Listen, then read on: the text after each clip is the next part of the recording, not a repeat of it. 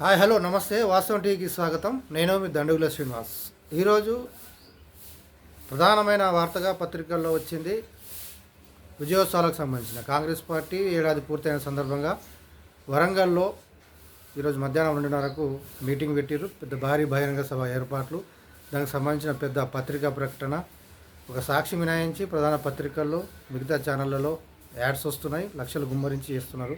అసలు ఆ యాడ్లో ఏముంది, ఆ విజయోత్సవాలకు సంబంధించిన విషయం ఏందనే దాని మీద డిస్కషన్ జరుగుతూ ఉంది పొలిటికల్ సర్కిల్లో. చేసింది ఏమిటి, ఏడాది కాలంగా కాంగ్రెస్ ప్రభుత్వం చేసిన హామీలు, ఇచ్చిన హామీలు ఏంది, అమలు చేసిన హామీలు ఏంది అని చూసుకుంటే, ఒక ఫ్రీ బస్సు మినహాయించేసి, కాంగ్రెస్ ఉచిత బస్సు మినహాయించేసి రాష్ట్ర ప్రజలకు పెద్దగా చేసింది ఏమీ లేదు. ఆ యాడ్లోనే, ఆ ప్రకటనలో, లక్షలు వెచ్చించి చేసిన ఆ ప్రకటనలోనే వాళ్ళే ఒక కన్ఫ్యూజన్కు గురై ఇచ్చినట్టుగా ఉంది ప్రభుత్వమే. దాంట్లో ఒక ఫ్రీ బస్సు, 200 యూనిట్ల ఉచిత విద్యుత్ సంబంధించింది, అంతకు మించిన పెద్దగా అక్కడ కనిపించింది ఏం లేదు. రుణమాఫీ సంబంధించిన ప్రసక్తి తీయడం లేదు దాంట్లో. మేము చేసినామని గొప్పలు చెప్పుకున్నారు కొంతమంది, మంత్రులు కూడా చెప్పారు. తర్వాత మొత్తం చేస్తామన్నారు, కనీసం ఆ విషయం కూడా దాంట్లో పొందుపరచలేకపోయారు. రైతు బంధు ఊసేత్తలేదు, ఎప్పుడు ఇస్తారో తెలియదు కాబట్టి దాని మీద సైలెంట్గానే ఉన్నారు. ఇంకా మిగతా పథకాలకు సంబంధించి కూడా, హామీలకు సంబంధించి చేసిన ఏమీ లేవు కాబట్టి, ఏదో చేస్తున్నామా, ఏడాది పూర్తయింది కాబట్టి చేయాలి కాబట్టి చేస్తున్నారు. ఇది అనవసరమైన ఒక కార్యక్రమంలాగా ముందు నుంచే వాస్తవం టీవీ చెప్తూ వస్తుంది. ఈరోజు వరంగల్లో వరం ప్రకటించనున్నారు. అండర్ గ్రౌండ్ డ్రైనేజ్ కింది నిధులు, అన్ని నిధులు అనుకుంటూ రాసినప్పటికి కూడా జనం ఎవరు సంతోషంగా లేరు. కాంగ్రెస్ పార్టీ ప్రభుత్వం ఏర్పడి ఏడాది పూర్తయిన సందర్భంగా జనం ఎవరు హ్యాపీగా లేరు. పెన్షన్ పెంపు లేదు, ఇంకా ఏది లేదు, ఏడాది పూర్తయింది అప్పుడే అని అది పక్కన పెడితే, ప్రభుత్వం రేవంత్ రెడ్డి చర్యలు తీసుకున్న ఈ ఏడాది కాలంలో కొన్ని విప్లవాత్మక చర్యలు అంటామా, లేకపోతే దుందుడుకు చర్యలు అంటామా, ఏదైనా కావచ్చు. ఒక హైడ్రా, ఒక మూసి, తర్వాత లగచర్ల కలెక్టర్ దాడి విషయంలో సీరియస్గా వ్యవహరించిన తీరు, ఇవన్నీ కూడా ఇబ్బందికర పరిస్థితులు తీసుకొచ్చాయి ఒకదానికి ఒకటి. అయితే మేనిఫెస్టో హామీల విషయం పక్కన పెట్టేసి, అవి లేనివి ఇతరత్ర విషయాల్ని నెత్తికెత్తుకున్న రేవంత్ రెడ్డి ఒక రకమైన అపప్రదను మూటగట్టుకుంటున్నాడు. జనం నుంచి మరింత వ్యతిరేకతను తెచ్చుకుంటున్నాడనే ప్రచారం అయితే జరుగుతున్న నేపథ్యంలో, ఏడాది పూర్తయింది కాబట్టి ఇందిరాగాంధీ జయంతి ఉత్సవాలు అన్నీ కలిసి వస్తాయి. అట్లాగే 9 వరకు సోనియా గాంధీ బర్త్డే సందర్భంగా కూడా అప్పటి వరకు ఉత్సవాలు జరుపుకోవాలని వీళ్ళు ఏదైతే డేట్లు పెట్టుకున్నారో, ఆ డేట్లు బాగానే ఉండొచ్చు కాంగ్రెస్ పార్టీకి, మంత్రులకు, వాళ్ళకి ఇచ్చే ఒక గిఫ్ట్గా అనుకోవచ్చు, లేకపోతే పార్టీ పరంగా ఒక రుణం తీర్చుకుంటున్నాం అనే విషయం కావచ్చు. కానీ జనం ఎవరు కూడా దాన్ని యాక్సెప్ట్ చేయడం లేదు. ఈ విజయోత్సవాలు అవసరమే లేదు మాకు, ఎందుకు ఇవి, ఇంకా మాకు ఏం చేస్తున్నారు మీరు, ఏమవుతున్నది అని ఎదురు చూస్తున్న తరుణంలో, ఇబ్బంది పడుతున్న తరుణంలో, కేసీఆర్ ఉన్నప్పుడు అంతో ఇంతో చేస్తుండే, ఇప్పుడు అది లేదు ఇది లేదు అనుకుంటున్న ఈ సమయంలో ఇంకా విజయోత్సవాల పేరుతో మళ్ళీ అదే వేదిక మీదకి ఎక్కి బహిరంగ సభలు పెట్టి కేసీఆర్ తిట్టడమో, కేటీఆర్ తిట్టడమో చేయడమే తప్ప ఇంకా ఏమి జనాలకు ఇచ్చే హామీలు కూడా ఏం కనిపించడం లేదు. తర్వాత ఈ వచ్చే నెల 7తో సంవత్సరం పూర్తవుతున్న తరుణంలో ఇది చేస్తున్నట్టుగా చెప్పుకుంటున్నారు. పూర్తవుతున్నా కానీ దాని మీద ఒక క్లారిటీ, ఇప్పటివరకు రుణమాఫీ ఇప్పటివరకు పూర్తి చేస్తున్నాం, పూర్తిగా ఇస్తాం, రైతు భరోసా ఈ టైంకి ఇస్తాం, లేదా పెన్షన్ 4,000 రూపాయలు ఈ టైంకి ఇస్తామని ఇతమిద్దంగా కరెక్ట్గా క్లారిటీగా చెప్పే పరిస్థితిలో ప్రభుత్వం లేదు. ఖజానా ఖాళీగా ఉంది.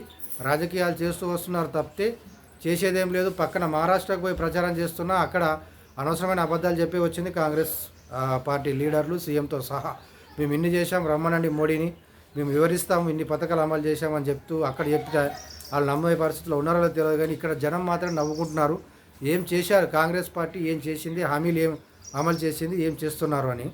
అయితే ఈ తరుణంలోనే లగచర్ల విషయాన్ని ఇంకా దొరికింది ఛాన్స్ అని చెప్పి కేటీఆర్ ఒక అస్త్రంగా వాడుకొని పార్టీ మైలేజ్ కోసం ఢిల్లీ వరకు రచకెక్కేలా చేశాడు. ఆ బాధితులను తీసుకొని జాతీయ మానవ హక్కుల కమిషన్కు, ఎస్సీ కమిషన్కు, మహిళా కమిషన్కు ఫిర్యాదు చేయించి ఆ బాధితులతోనే మాట్లాడించిన ఉదంతం కూడా బ్యానర్ ఐటమ్స్గా మనం ఈరోజు చూస్తున్నాం కూడా. వాళ్ళు చెప్తుంది ఏంటంటే, కలెక్టర్ అని మాకు తెలియదు, కలెక్టర్ అని తెలియకుండానే దాడి జరిగింది కాబట్టి దాన్ని సాకుగా చూపించి ఇళ్లపై దాడి చేసి, మహిళలను చూడకుండా కూడా ఇష్టం వచ్చినట్టుగా దాడి చేసి కళ్ళకు గంతలు కట్టి కొట్టారు.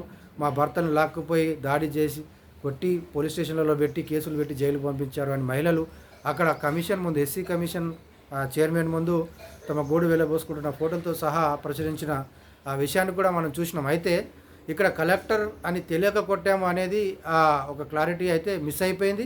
అక్కడ కలెక్టర్ ఉండని, అక్కడ ఎంఆర్ఓ ఉండని, ఇంకా చిన్నపాటి ఉద్యోగి ఎవరైనా ఉండని, దాడిగానే చూడాలి. ప్రభుత్వ ఉద్యోగిపై దాడి అనేది దాన్ని ఎట్టి పరిస్థితుల్లో క్షమించరాని నేరంగానే చూస్తారు. అక్కడ కలెక్టర్ కూడా ఉండడం, కలెక్టర్ వస్తున్నాడని సమాచారం ఉంది. వాస్తవంగా అక్కడ బీఆర్ఎస్ పార్టీ కార్యకర్త సురేష్ ఎక్కడో పెట్టిన అభిప్రాయ సేకరణ గ్రామ సభని అక్కడికి వెళ్ళి నేను కలెక్టర్ని తీసుకొని వస్తా అని చెప్పి అక్కడ ప్రజలకు ఆ లంబాడాలకు చెప్పి మరీ వెళ్ళిన ఉదంతం మనం పోలీసు విచారణలో కావచ్చు, తర్వాత వాళ్ళు ఒప్పుకుంటున్న బీఆర్ఎస్ పార్టీ మాజీ ఎమ్మెల్యే పట్న నరేందర్ రెడ్డిని అరెస్ట్ చేసి రిమాండ్కి పంపిన తర్వాత ఆ రిమాండ్ రిపోర్ట్లో పొందుపరిచిన విషయాన్ని బట్టి మనం చూస్తూ ఉంటే ఖచ్చితంగా అక్కడ కలెక్టర్ వాళ్ళందరూ వచ్చారు, పెద్ద ఆఫీసర్లు, వాళ్ళని తీసుకొని ఊర్లోకే వస్తున్నామని ఒక ప్లానింగ్ అయితే ఉంది. తెలిసిన తర్వాత కూడా పెద్ద ఆఫీసర్లు వస్తున్నారు అని తెలిసి వాళ్ళు దాడి చేయడం అనేది, తెగబడడం అనేది ఆటవికంగా చేసిన ఆ దాడిని అందరూ ఖండిస్తున్నారు. దాన్ని ఒక రకంగా ప్రభుత్వానికే మద్దతు, అంటే ఈ దాడి కరెక్ట్ కాదు, బీఆర్ఎస్ పార్టీ చేయించింది కాబట్టి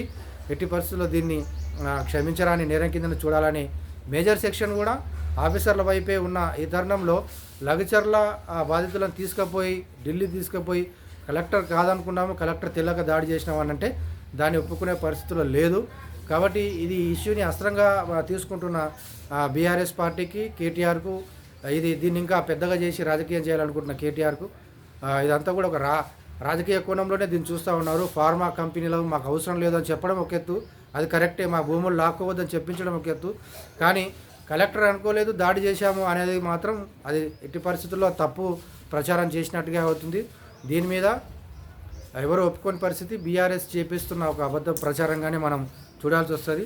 ఒకవేళ నిజంగా పోరాటం చేయదలుచుకుంటే అక్కడ ఫార్మా కంపెనీ వద్దని, వాళ్ళ భూములు లాక్కోవద్దని కలెక్టర్ మీద దాడిని ఖండిస్తూనే, అధికారుల మీద దాడిని ఖండిస్తూనే వాళ్ళకి తెలియక చేశారు కాబట్టి క్షమించాలని ఏదో రకంగా మాట్లాడాల్సింది పోయి అక్కడ డైరెక్ట్గా ఆఫీసర్ల మీద దాడిని ఒక రకంగా పరోక్షంగా కేటీఆర్ సమర్థిస్తున్నట్టుగానే అనుకోవాలి. ఒక రకంగా ఆఫీసర్లతో, అధికారులతో, అడ్మినిస్ట్రేషన్తో కూడా బీఆర్ఎస్ పార్టీ కొంత గ్యాప్ను అయితే పెంచుకున్నట్టుగా కనబడుతూ ఉంది. మొత్తానికి విజయోత్సవాల పేరిట మరొకసారి రేవంత్ రెడ్డి ప్రభుత్వం చేస్తున్న ఈ కార్యక్రమానికి ఈరోజు వరంగల్లో జరుగుతున్న మీటింగ్కి సంబంధించి కానీ పెద్దగా ఆసక్తి అయితే జనాల్లో లేదు. పెదవి విరుపు, అసంతృప్తే కనబడతా ఉంది. అక్కడ ఆయన మీటింగ్లో ఏం మాట్లాడతారో కూడా జనాలకు తెలిసిపోయింది. ఒకప్పుడు అరవింద్ మాట్లాడితే ఏం మాట్లాడుతుండే, కేసీఆర్ తిట్టడమే పని, బండబూతులు తిట్టడమే పనిగా పెట్టుకున్న తర్వాత అరవింద్ మాటలను ఎవరు లెక్క చేయడం లేదు.